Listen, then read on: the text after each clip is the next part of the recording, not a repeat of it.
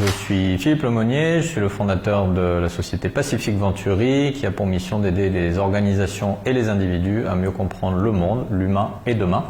Et je suis également trésorier de l'association La French Tech Polynésie. J'ai un master en droit, j'ai une carrière de juriste pendant 12 ans, public, privé, un peu dans différents secteurs. Et depuis 8 ans maintenant, donc j'ai créé mon entreprise. Tout seul d'abord, et puis maintenant on a une équipe de 5 personnes. Donc on intervient principalement sur la Polynésie, mais on a la chance aussi d'avoir une petite activité dans la région Pacifique, sur Hawaï, la Nouvelle-Zélande, Taïwan un petit peu. On se développe gentiment mais sûrement. De l'accompagnement, de l'événementiel, des médias digitaux. On essaie de s'activer pour faire évoluer les différents sujets qui nous tiennent à cœur.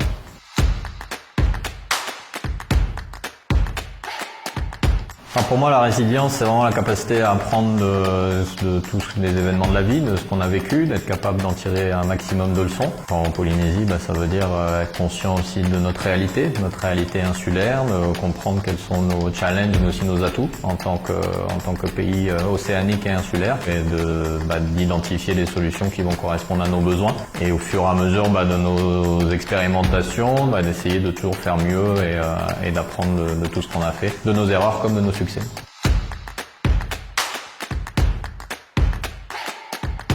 En Polynésie, on a tout intérêt à investir dans un projet insulaire puisqu'on est une île, donc il faut favoriser tous ces projets-là parce qu'ils vont correspondre exactement à qui on est et à ce dont nos populations ont besoin.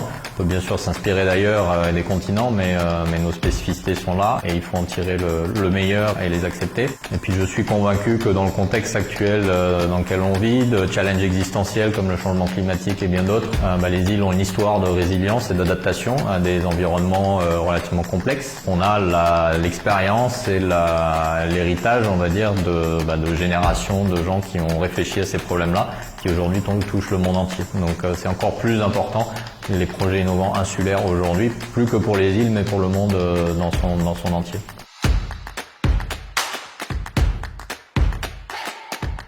Le numérique, c'est nécessairement un outil si on veut se développer à l'extérieur. On l'a vu pendant la pandémie, on s'est tous mis à des nouveaux outils qui nous ont permis d'accéder plus facilement à de nouveaux marchés, à de nouvelles solutions. Donc c'est nécessairement un outil incontournable et de toute façon le monde d'aujourd'hui est de plus en plus digital et virtuel, donc il ne faut pas l'ignorer. Après ce n'est pas que la seule solution, mais c'est clairement un outil nécessaire et indispensable et il faut que, y compris nous les Iliens, on soit capable de s'approprier ces outils surtout et de les rendre adaptés à nos besoins.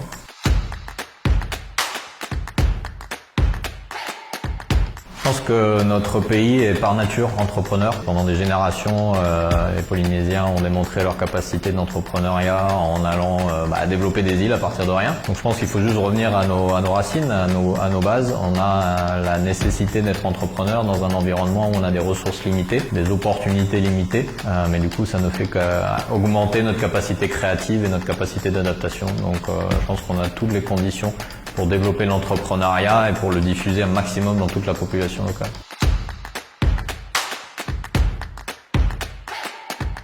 Toute la communauté French Tech Polynésie vous attend les 13, 14 et 15 octobre 2022 pour la 4e édition du Tech for Island Summit qui aura lieu à l'Intercontinental Tahiti. Ce sera le rendez-vous de l'innovation polynésienne mais de l'innovation de toutes les îles, donc n'hésitez pas à nous rejoindre et à participer à la conversation.